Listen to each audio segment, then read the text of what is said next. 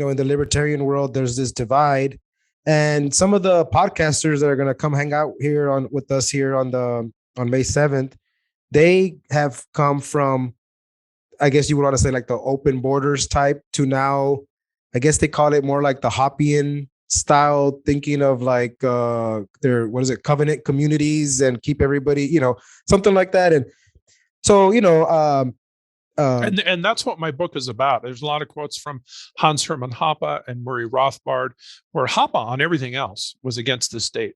He said, the state is just, it's Murray Rothbard said it's a gang of thieves. Hoppe said that there's no legitimacy for anything the state does. But on that one thing, they suggest state border. And that's why I wrote that, because I really respect these guys, like the people that follow Hoppe and Murray Rothbard and Ludwig von Mises. I really respect them, and I think they got it right on everything. And that Austrian economist, that Hoppian perspective, what they believe is that you don't prescribe actions. You let the free market determine what is needed in every area. The free market can figure out anything. But in that one area, they prescribe what should be done. They prescribe that you should have controlled borders, but that's not necessarily the outcome of a free market. You have things like HOAs and things like that that can exist if there's a market demand for them. But even on that, I address that in my book. These covenant communities like HOAs, most of them in the US came into existence because of the FHA and VA loan requirements that says you can't get a loan for a house in a new subdivision unless you have an HOA. And most of those HOAs, there's just sources of controversy. There's people fighting who wants to be the board president of the HOA. And most people don't like the politics, and they don't like the HOA political structure, but they're forced into it by the government, the FHA and the VA loan requirements. And most loans are FHA and VA loans. But I cover all that in that book because that really bugged me. And like you said, a lot of these people that were kind of open border types, now they're thinking, well, Hoppe, he sounds like a smart guy, so I'm just going to adopt that. And now that's my excuse to, be against people coming across the border. Is it simply that, or is it that it's playing a little bit to, the fear of the others might be a nice way of putting it, but is it something else? Yeah. Is it something else? What is it? Because I never want to say, hey, like all of these homies that are going to come hang out, I don't got no beef with them, but yeah, I kind of was like, but why on this one? Why on this little thing, and what do you think it is? Because there's something there, that I don't like, but I want to help, not, change it more towards our direction, I guess, a little bit. Well, you're right. You don't want to do name calling, but it is a fear of the other. I like to put it this way: like, it's always acceptable to criticize the foreigner, criticize people outside your country. Like, for example, Hitler, when World War II started, he could criticize Poland, and he said Poland's a threat to the fatherland. He could criticize them because they were a different country. It was a foreigner. It's the unknown. So he invaded Poland after saying that they're a threat. Now, in this country, you can criticize anything a foreigner does. You can criticize, like, I'm older than you. I grew up during the Vietnam War. You can criticize the Vietnamese. You can criticize North Korea, Iran, Afghanistan, Iraq, Syria, and you can come up with all these crazy stuff. You criticize Mexico and Guatemalans because it's criticizing the foreigner. Now, that debate is allowed to happen, but if you will get deplatformed if you start criticizing some American policy. If you start criticizing some American war or some American COVID type policy. So it is, a lot of that is the fear of the unknown. And I don't know if I can show you this, but I have a frame thing on my wall that shows that exact idea. I'm going to try to show it to you. It's a picture that I have on the wall that shows this idea of, I don't know if I have that. Can you kind of see it? Yeah. It's this idea that you're in your country. It has like a castle, and it's a mirror image on both sides. A little bit to one side. You're kind of on the middle there. There you go. A little bit better there. Which way should I go? The other way. That way? Yeah. Okay. And so it says it's a mirror image of two countries. And it's saying on the one side, on your side, it says our glorious leader in the castle. The other side says their wicked despot. Then there's a picture of a church type building and it says, our great religion. And the mirror image in the other country says their primitive superstition. And then there's a picture of the people and it says our noble populace in your side.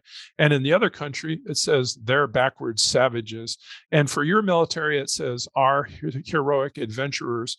And for the other military, it says they're brutish invaders. So it's like, it's that exact idea that you're saying, this kind of fear of the unknown, of the stranger. You're always allowed to criticize a foreigner, but because that's your government will allow you to do that. They don't want you. We supposedly have the ability to criticize the government in this country, but in actuality, you can see the last 2 years, if you criticize the policies used against you, you'll be shut down and you'll be criticized. Like if they want to do a new war against Ukraine, if the U.S. government wants to gin up a war with Ukraine, you're criticized if you're on the wrong side of that issue, but you're allowed to hate foreigners. So I think that's kind of what's behind a lot of this, Carlos, is the Mexicans are the unknown. They're the foreigners. So you can say that they're evil and that they're savages, but this country has demonized in its past. We've demonized Germans and Japanese and Irish and Chinese. That's why Border Patrol started. Oh, these Chinese, they're all evil, and they're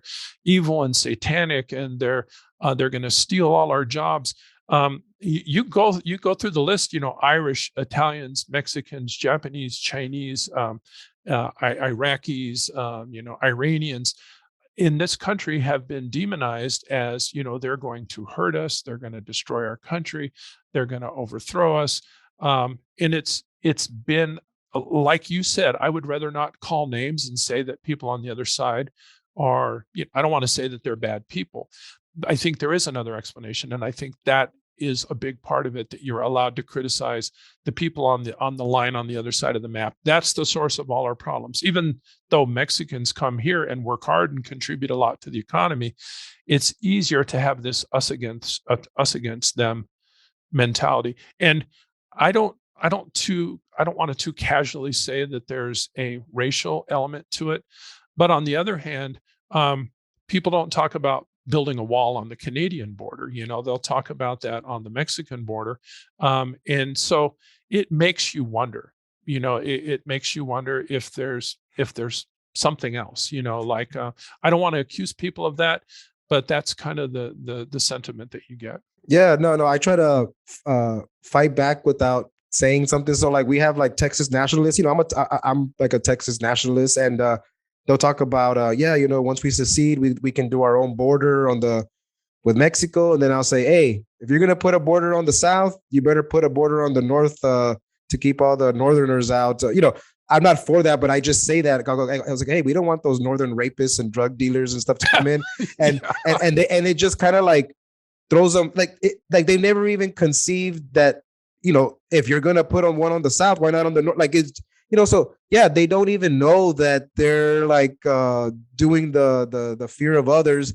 And once you become your own state, well, then the others can become now right above, like the northern states, and it just doesn't calculate into their mind. But yeah, I like to think that it's mostly that, but also it, I don't know, it could be easier. It's easier for someone like me to not have that, or for us, right, to not have this where the border is a little bit more porous culturally and stuff, because, I would go, a lot of my family is from Mexico. So they come, they hang out, I like to have people come over to party with me on these, these days of the big fights and all that. And the people that can, because they have their travel visa or their permiso to come in, they come hang out, my primos and all that. But, I have other primos that just can't come over because they don't have this special permission.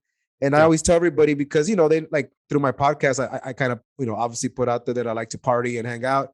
And I'm like, hey, you're telling me that I can't hang out with my primos that are from Mexico. Like, I want to have them over to hang out and party. And I was like, why not? And, just stuff like that. And so I it's a little blind spot that I hope that,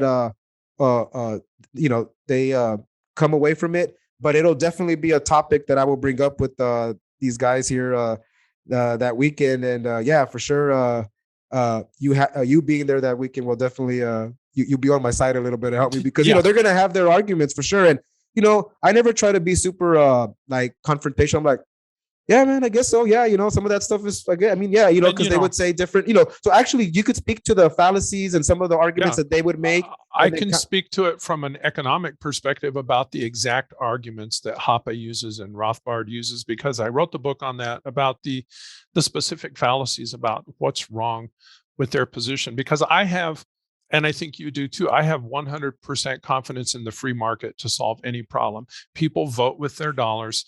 And if you need more of something, you'll get more of that. If you need less of something, you'll get less of that. If something's harmful, the vendor, you track their reputations.